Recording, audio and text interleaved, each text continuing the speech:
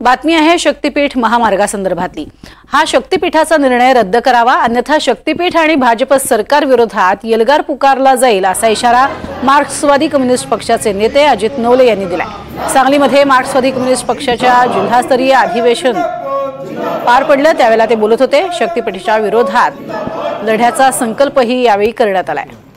मुख्यमंत्री देवेंद्र फडणवीस यांनी राज्यातल्या शक्तीपीठ महामार्ग रद्दीचा निर्णय घ्यावा, अन्यथा याची किंमत भाजप सरकारला मोजावी लागेल असा इशारा देखील अजित नवलेंनी प्रसार माध्यमांशी बोलताना दिलाय।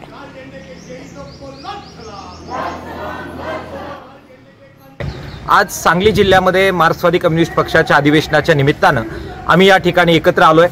सगळ्या 21 जिल्ह्यांमध्ये या अशा प्रकारचे अधिवेशनं होत आहेत। सांगलीमध्ये आज ज्यावेळी आम्ही जमतोय, मार्क्सवादी कम्युनिस्ट पक्षाच्या नेतृत्वाखाली शेतकरी, श्रमिक, कामगारांचे हे सगळे प्रश्न आम्ही हातात घेणार आहोत आणि जबरदस्त अशा प्रकारचा एल्गार हा फडणवीस सरकारच्या विरोधामध्ये या निमित्तानं सुरू करण्याचा संकल्प आज आम्ही करतोय।